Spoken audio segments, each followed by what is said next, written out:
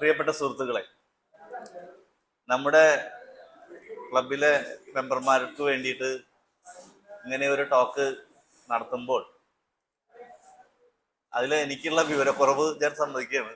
കാരണം ഇതിൽ പല ആളുകളും ചരിത്രത്തെക്കുറിച്ചും ഈ നാണയങ്ങളെ കുറിച്ചൊക്കെ ധാരാളം കാര്യങ്ങൾ അറിയുന്നവരാണ്. നമ്മുടെ തന്നെ ഓർമ്മകളിലുള്ള ചില കാര്യങ്ങളൊന്ന് പുതുക്കുക എന്ന് മാത്രമേ യഥാർത്ഥത്തിൽ ചെയ്യാനുള്ളൂ. കാരണം നമുക്ക് ഇതിനെപ്പറ്റി സംഘകാലത്തിനെ കുറിച്ച് അറിയാവുന്ന കാര്യങ്ങൾ കുറവാണ്. പൊതുവെ ചരിത്രത്തിൽ തന്നെ സംഘകാലം എന്ന് പറഞ്ഞത് സാഹിത്യകൃതികളിലൂടെ മാത്രമാണ് നമുക്ക് അറിയാവുന്നതായിട്ടുള്ളത്.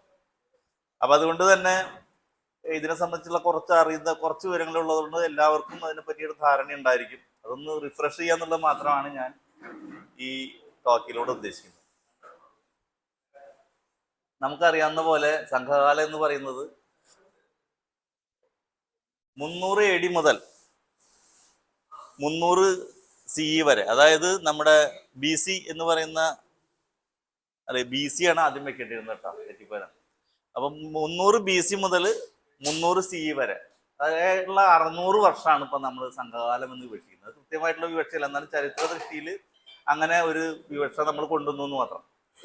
അതിൽ തന്നെ അവസാനത്തെ 300 കൊല്ലം പിൻസംഘം എന്നുള്ള രീതിയിലാണ് പറയുന്നത്. നടുസംഘം, മുൻസംഘം, പിൻസംഘം, അങ്ങനെ 3 ഇതായിട്ട് തമിഴ് ചരിത്രകാരന്മാർ ഇതിനെ തിരിച്ചിട്ടുണ്ട്. അപ്പൊ ഈ 300 ഒരു 200 വർഷമായിട്ട് നമ്മൾ നോക്കുകയാണെങ്കിൽ 3 സംഘകാലങ്ങൾ ഇതിൽ കൂടെ കടന്നുപോയിട്ട് കരുതാനായിട്ട് നമുക്ക് കഴിയും. ഇതില് പ്രധാനമായിട്ടും ഈ സംഘം എന്ന് പറയുന്നത് സംഘത്തിന്റെ ഒരു ഒരു ഒരു ഏരിയ എന്ന് പറയുന്നത്, ഒരു പ്രദേശം ദക്ഷിണേന്ത്യയാണ്. ദക്ഷിണേന്ത്യയിൽ തമിഴ് സംസാരിക്കുന്ന ആളുകൾ, അന്ന് തമിഴായിരുന്നു പ്രധാന ഭാഷ, ആ ആളുകളുടെ ഒരു ഏരിയകളാണ് ഈ സംഘം പീരീഡിൽ നമ്മൾ അതിനെ പറ്റിയിട്ട് അവിടെയാണ് ഈ സംഘ സാഹിത്യമൊക്കെ ഉണ്ടായത്. അതിന്റെ വടക്കു വശത്ത് വെങ്കടം എന്ന് വെച്ച് കഴിഞ്ഞാൽ തിരുപ്പതി മലകളാണ് ഇതിന്റെ അതിർത്തിയായിട്ട്, വടക്കേ അതിർത്തിയായിട്ട് കരുതിയിരുന്നത്. തെക്കേ അറ്റത്ത് ഇന്ത്യൻ മഹാസമുദ്രം, കിഴക്കേ ഭാഗത്ത് ബംഗാൾ ഉൾക്കടൽ, പടിഞ്ഞാറ് ഭാഗത്ത് അറബിക്കടൽ. അപ്പം 3 ഭാഗത്ത് കടലും ഒരു ഭാഗത്ത് ഈ പറഞ്ഞ ഡക്കാൻ പീഠഭൂമിയുടെ ഒക്കെ ഒരു നടുഭാഗമായിട്ട് വരുന്ന വെങ്കടം എന്ന് പറയുന്ന സ്ഥലം. അപ്പോ ഈ സ്ഥലങ്ങളാണ് നമ്മൾ സംഘം എന്നുള്ള രീതിയിൽ ഈ സംഘകാലത്തിലുള്ള സംഘ രാജാക്കന്മാരായിട്ട് നമ്മൾ വിലയിരുത്തിയിട്ടുള്ളത്. ഈ സംഘം എന്ന് പറയുന്നത് ഒരു സംഘം ശരണം ഗച്ഛാമി എന്ന് പറയുന്നത് നമ്മളെ ബൗദ്ധന്മാരുടെ ഒരു മുദ്രാവാക്യമാണ്.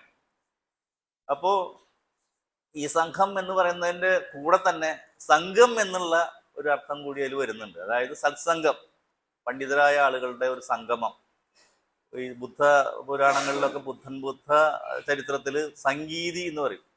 അതായത് കുറെ ജ്ഞാനികളായ ആളുകൾ ചേർന്നിരുന്ന് അവരുടെ വിജ്ഞാനം മുഴുവൻ പരസ്പരം ചർച്ച ചെയ്ത് അത് കൂടുതൽ നന്നാക്കുക, കൂടുതലും മെച്ചപ്പെടുത്തി, കൂടുതൽ ഒരു കോഡിങ് നടത്തുക, അതിനെ സംഗ്രഹിക്കുക, ഇതൊക്കെ ചെയ്യാന്നുള്ളതാണ് ഈ സംഘം എന്നുള്ളത് കൊണ്ട് ഉദ്ദേശിക്കുന്നത്. അപ്പൊ സംഘം എന്ന് പറയുന്നത് തമിഴിലാണെങ്കിൽ ചങ്കം എന്നാവും. അപ്പൊ ചങ്കം എന്നുള്ള രീതിയിലാണ് അവർ പറഞ്ഞിരുന്നത്. അപ്പൊ ആ ചങ്കം ഉണ്ടായിരുന്ന കാലഘട്ടമാണ് ഈ സംഘകാലം.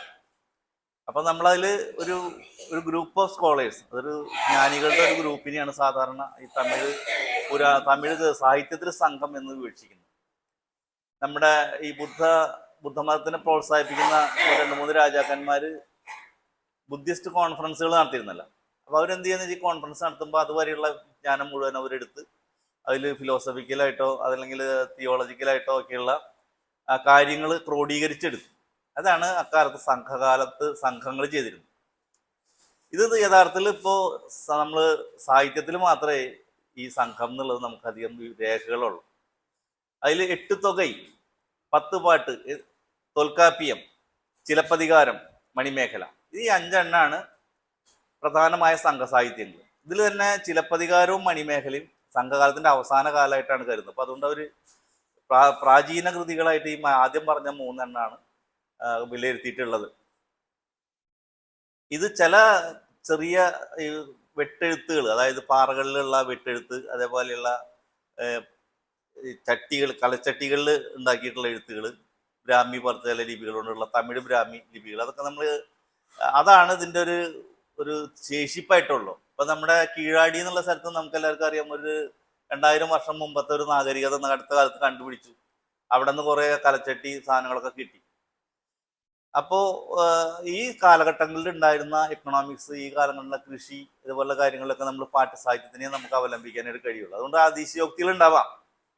ഇപ്പൊ ഒരു രാജാവ് ഇവിടെ നിന്ന് ഹിമാലയം വരെയുള്ള രാജ്യം മുഴുവൻ കീഴടക്കി, അല്ലെ കടൽ വരെയുള്ള രാജ്യങ്ങൾ മുഴുവൻ കീഴടക്കി എന്നൊക്കെ പറയുമ്പോൾ നമ്മൾ ചെറിയൊരു ട്രൈബൽ ഏരിയയിൽ ഒരു ചെറിയൊരു ചടങ്ങ് നടന്നു, അതൊക്കെ ആയിരിക്കും യഥാർത്ഥത്തിൽ നടക്കുന്നുണ്ടാവുക.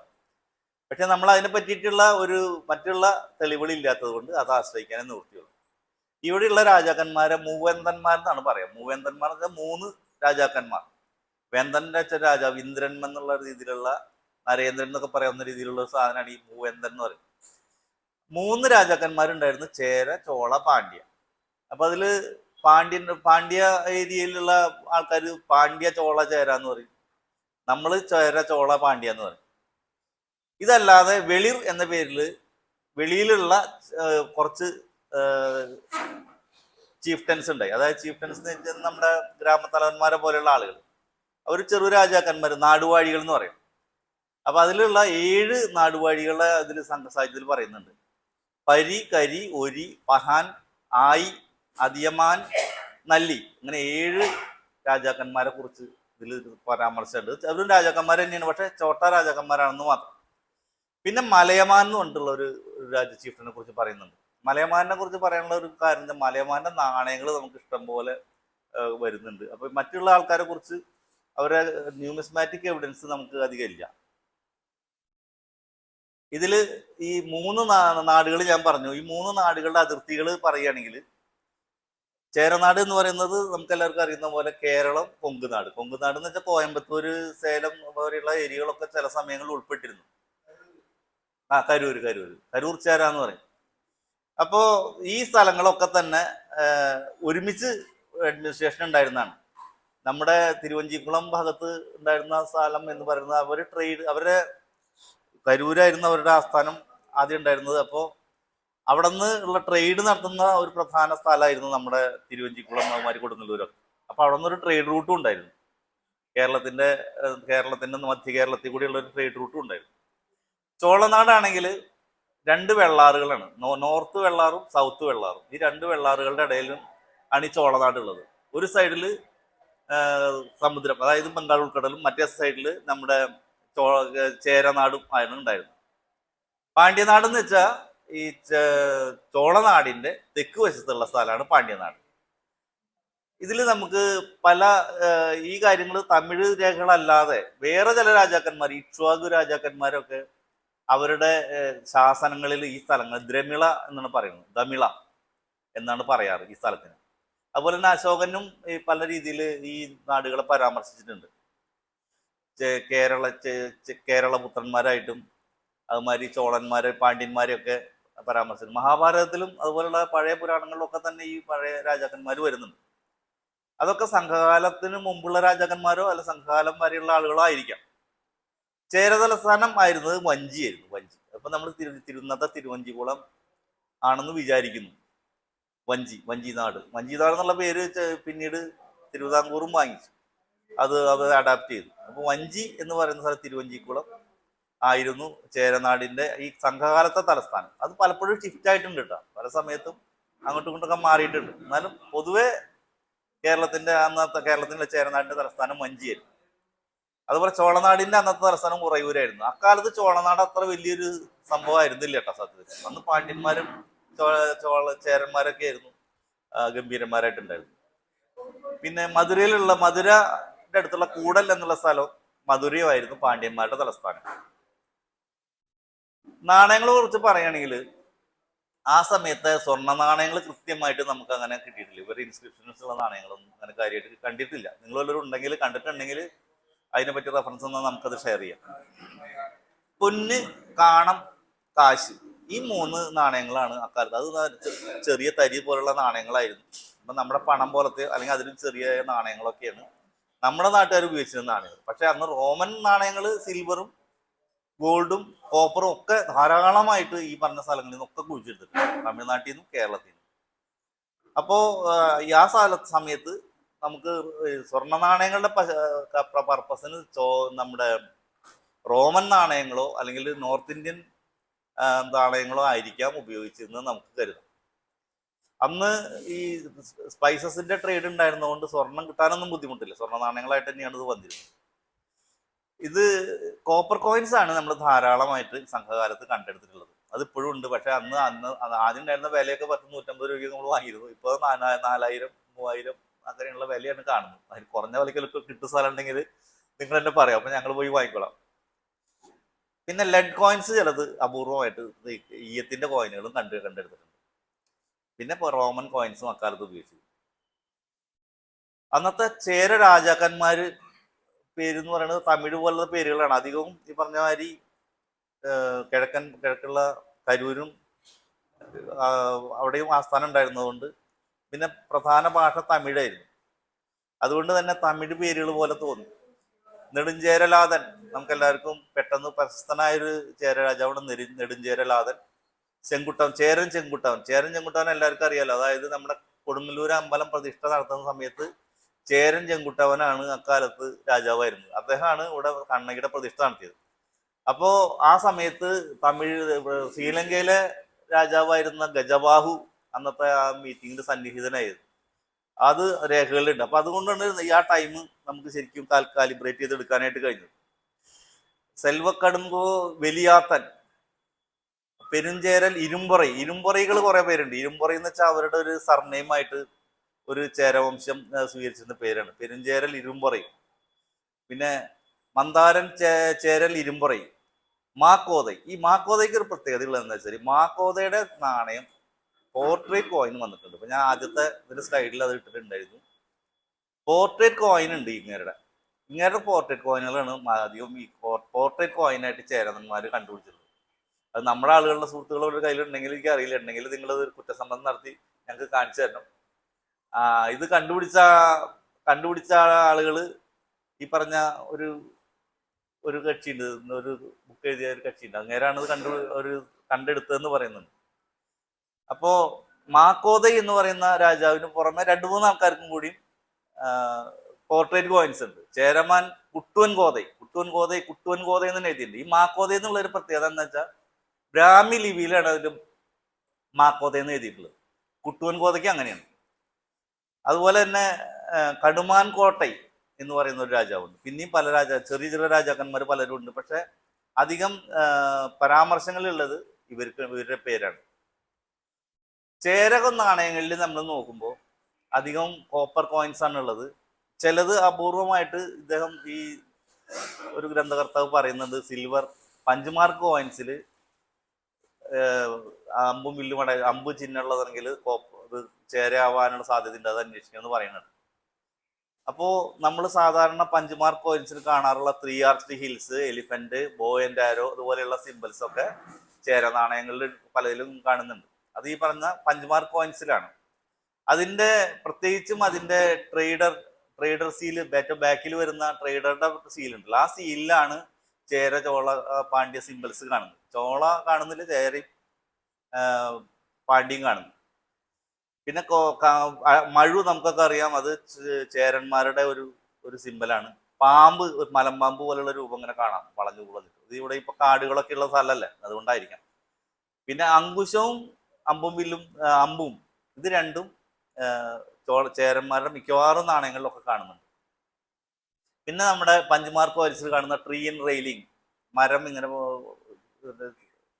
അടച്ചു കെട്ടിയുള്ള മരത്തിന്റെ പഞ്ച്, ചന്ദ്രക്കല, ശ്രീവത്സ ചിഹ്നം പ്രത്യേകിച്ചും നമ്മുടെ മലയമാൻ കോയിൻസിലൊക്കെ ധാരാളം കാണുന്നുണ്ട്. അത് ബുദ്ധമതത്തിന്റെയോ അല്ലെങ്കിൽ ഹിന്ദു മതത്തിന്റെയോ ഒരു സിമ്പലായിരിക്കും. ശ്രീവത്സം എന്ന് പറഞ്ഞ നമ്മുടെ ഹിന്ദു മതത്തിന്റെയാണ്. മറ്റേ ത്രിരത്ന ചിഹ്നം വരുന്നത് ബുദ്ധമതത്തിന്റെയാണ്. ഇത് രണ്ടും വളരെ സാമ്യമുള്ള സാധനങ്ങളാണ്. അതുപോലെ തന്നെ തൃശൂലം, കൊടയൊക്കെ നമ്മുടെ തിരുവിതാംകൂർ നാണയങ്ങളിൽ പിന്നീട് കാണുന്നത്. തൃശ്ശൂലമൊക്കെ തിരുവിതാംകൂറിൽ രണ്ടാമത് കാണുന്നുണ്ട് നമ്മൾ. റിവർ വിത്ത് ഫിഷസ്, അത് ധാരാളമായിട്ട് നമ്മൾ നോർത്ത് ഇന്ത്യൻ കോയിൻസിൽ കാണാറുള്ളത്, പ്രത്യേകിച്ചും കൗസാംബി മേഖലയിലുള്ള കോയിനുകൾ കാണുന്നതാണ്. ടാങ്ക് വിത്ത് 4 ഫിഷസ്, ഒരു കുളം 4ആയിട്ട് ഭാഗിച്ചതിൽ 4 മീനുകൾ ഇട്ടുള്ള ആ സിമ്പല് ധാരാളമായിട്ട് പഞ്ച് കോയിൻസിൽ കാണുന്നതാണ്.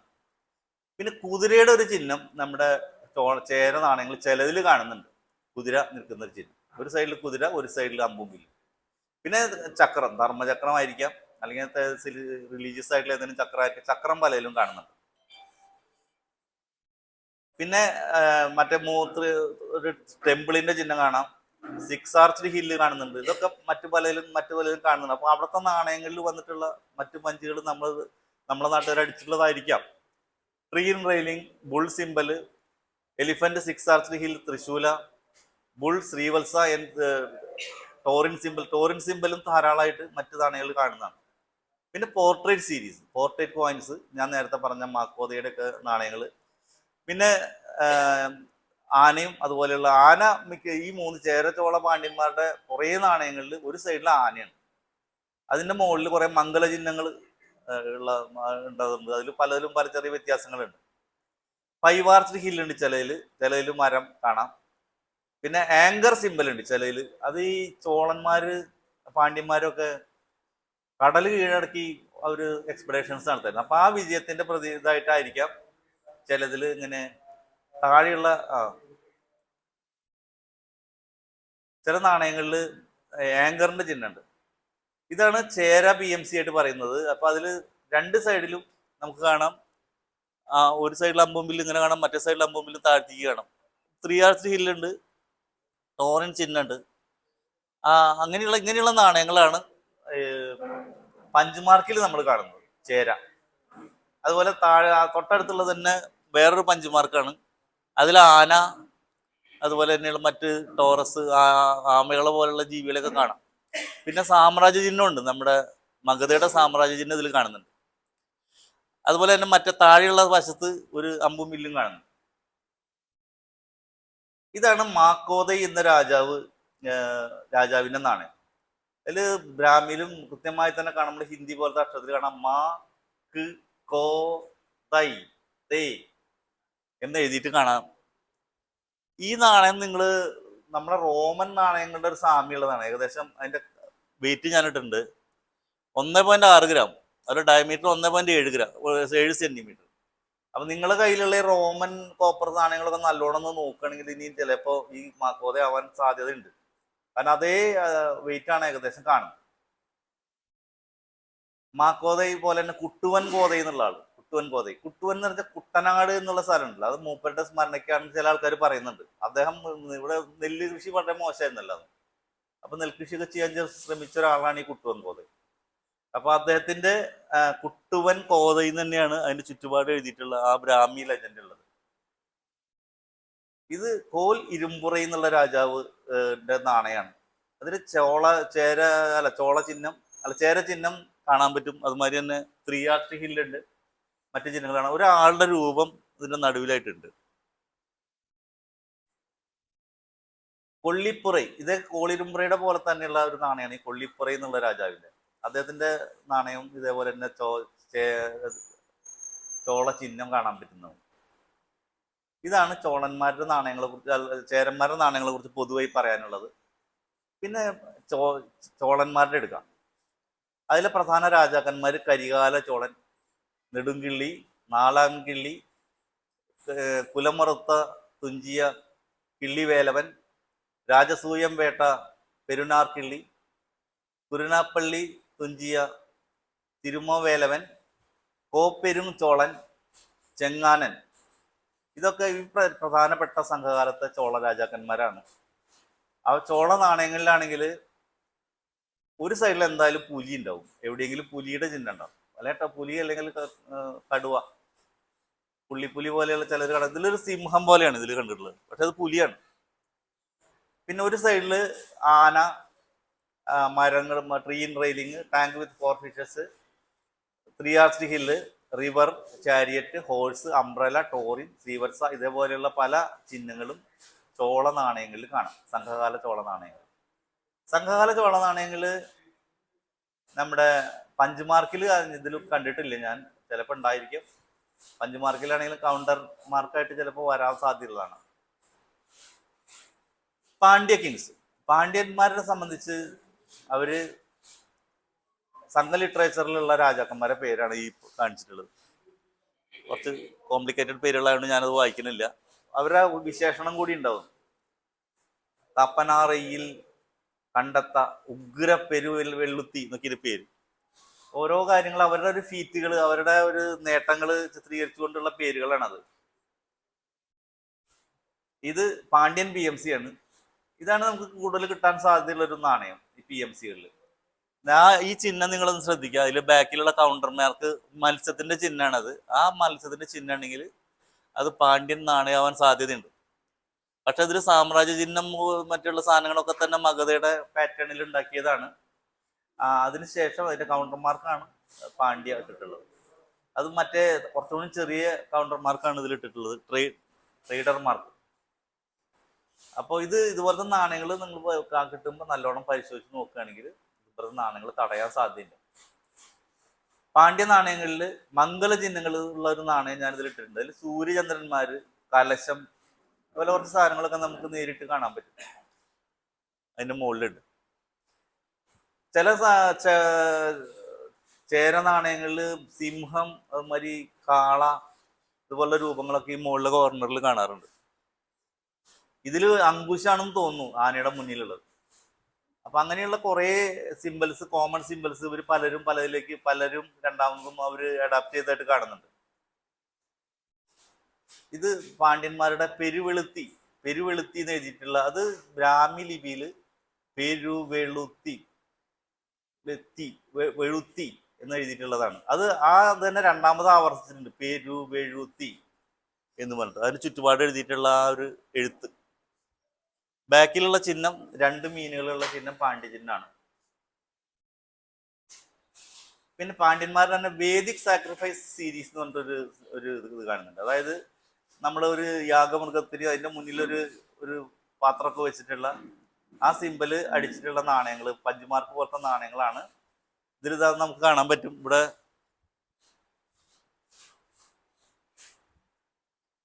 ഒരു വൃക്ഷം പോലത്തെ ഒരു വൃക്ഷം കാണാം, അതിന്റെ മുന്നിൽ ഒരു യാഗമൃഗം നിൽക്കുന്നത് കാണാം. പിന്നെ 3 ആർച്ച് ഹില്ലുണ്ട് ഇതിന്റെ അപ്പുറത്തും മറ്റേ നമ്മുടെ ട്രെയിൽഡ് ആയിട്ടുള്ള ട്രീ ഉണ്ട്. മുന്നിലൊരു യാഗമൃഗത്തിന്റെ ഒരു പാത്രമുണ്ട്. അപ്പൊ ഇതുപോലെയുള്ള ഈ നാണയം പാണ്ഡ്യചിഹ്നാണ്. ബാക്കിൽ പാണ്ഡ്യചിഹ്നം ആയതുകൊണ്ട് പാണ്ഡ്യ നാണയമാണെന്ന് നമുക്ക് ഉറപ്പിക്കാം. ഇത് പാണ്ഡ്യന്മാരുടെ തന്നെ ഇത് ടോർട്ടോയ്സ് ചിഹ്നം നമ്മുടെ നമ്മുടെ ആമ പോലത്തെ ഒരു ചിഹ്നം ഇതുപോലെ ധാരാളം കാണാൻ പറ്റും. ധാരാളം പാണ്ഡ്യ നാണയങ്ങൾ ഇതുപോലത്തെ ഉണ്ട്. അപ്പോൾ അത് പ്രത്യേക ഒരു ആമയ്ക്ക് പ്രാധാന്യം അവർ കൊടുത്തിട്ടുണ്ടെന്ന് അർത്ഥം. ഈ ആമചിഹ്നങ്ങൾ നിങ്ങൾക്കറിയാം, മഗധ കോയിൻസിൽ ധാരാളം കാണാം. ഇതാണ് ഞാൻ നേരത്തെ പറഞ്ഞ ആങ്കർ ടൈപ്പിലുള്ള കോയിൻ. പാണ്ഡ്യൻ ആങ്കർ ടൈപ്പുള്ള കോയിൻ. ആങ്കറാണ് അതിൽ സൈഡിൽ ഇങ്ങനെ. ഇതിന് പുറമെ ഈ ചീഫ്റ്റൻസിൽ ഏറ്റവും പ്രധാനമായിട്ട് കാണുന്നത് മലയമാൻ കോയിൻസ് ആണ്. മലയമാൻ നാണയങ്ങൾ നല്ല വില കുറവിനൊക്കെ ഒരു സമയത്ത് കിട്ടിയിരുന്നു. ഇപ്പൊ കിട്ടാൻ ഭയങ്കര ബുദ്ധിമുട്ടായി. തിരുമുടിക്കരി എന്ന് പറയുന്ന രാജാവാണ് പ്രധാനമായിട്ട് മലയമാനിലെ ആള്. അയാളുടെ അയാളുടെ സമയത്തുള്ളതായ നാണയങ്ങളാണ് അധികം ഉള്ളത്. മലയമാൻ നാണയങ്ങളുടെ പ്രത്യേകത, ഒരു കുതിര ഉണ്ടാവും. ഈ കുതിരയുടെ പേര് കരി എന്നായിരുന്നു അത്ര. ഈ രാജാവിന്റെ കുതിരയുടെ പേര് കരി എന്നായിരുന്നു. അപ്പോൾ ആ കുതിരയുടെ ചിഹ്നത്തിലാണ് മൂപ്പര് അന്ന് നാണയങ്ങൾ അടിച്ചിട്ടുള്ളത്. അതിന്റെ ഒരു സൈഡിൽ കുതിരയുടെ അതാളത്തിന്റെ ഒരു വംശവടി, അതിന്റെ കൂടെ ഒരു ബീഡ്സ് ഉള്ള ഒരു മാല പോലത്തെ ഒരു ചിഹ്നം കാണാം. മറ്റേ സൈഡിലെ വളരെ പ്രധാനമായിട്ട് മലയമാനിൽ കാണുന്നതാണ്, ഒരു സൈഡിൽ 3 മലകൾ, അതിന്റെ സൈഡിൽ കൂടെ ഒരു വഴി. അതിന്റെ മുന്നിൽ ഈ കുതിരയുടെ ഇതായിരിക്കണം, യാഗപാത്രമായിരിക്കണം ഇപ്പുറത്ത് വെച്ചിട്ടുള്ളത്. ഈ നാണയങ്ങള് ഒരു സമയത്ത് കുറച്ച് ചീപ്പായിട്ടൊക്കെ കിട്ടിയിരുന്നു. ഇപ്പൊ കാണാൻ തന്നെ ഇല്ല, എവിടെയുള്ളതെന്നുള്ള അറിയാൻ പറ്റില്ല. ഇത് നമ്മുടെ മയിലും എന്താണ് സ്ഥലം ഉണ്ടല്ലോ, മദ്രാസിനടുത്ത് കൃഷിക്കാരിങ്ങനെ കുഴിക്കുമ്പോൾ ധാരാളമായിട്ട് കിട്ടിക്കൊണ്ടിരുന്നൊരു നാണയമാണ്. ഇപ്പോൾ കുറച്ച് ബുദ്ധിമുട്ടായിട്ടുണ്ട് കിട്ടാൻ. ഇതിൽ പ്രധാനപ്പെട്ട ഒരു മിക്കവാറും റെഫറൻസ് എടുത്തുള്ളത് ആർ കൃഷ്ണമൂർത്തി എന്നുള്ള ഒരാളുടെ പുസ്തകമാണ്. ആ പുസ്തകത്തിലാണ് പ്രധാനമായിട്ടും ഞാൻ എടുത്ത് നോക്കിയിട്ടുള്ളത്. ഇതിന് കാരണഭൂതനായിട്ടുള്ളത് നമ്മുടെ മാണി ഡോക്ടറാണ്. മാണി ഡോക്ടർ എനിക്ക് ഈ പുസ്തകം സമ്മാനമായിട്ട് തന്നാണ്. സമ്മാനമായിട്ട് ഞാനത് എടുത്തു. ആ പുസ്തകം നല്ല പുസ്തകമാണ്. അയാളത് മുഴുവനായി കണ്ണുകൊണ്ട് വരച്ച് അതിൻ്റെ ഹാൻഡ് ഡ്രോയിങ്സ് ഒക്കെ നടത്തി വളരെ നല്ല രീതിയിലൊരു സ്റ്റഡി നടത്തുന്ന പുസ്തകമാണ്.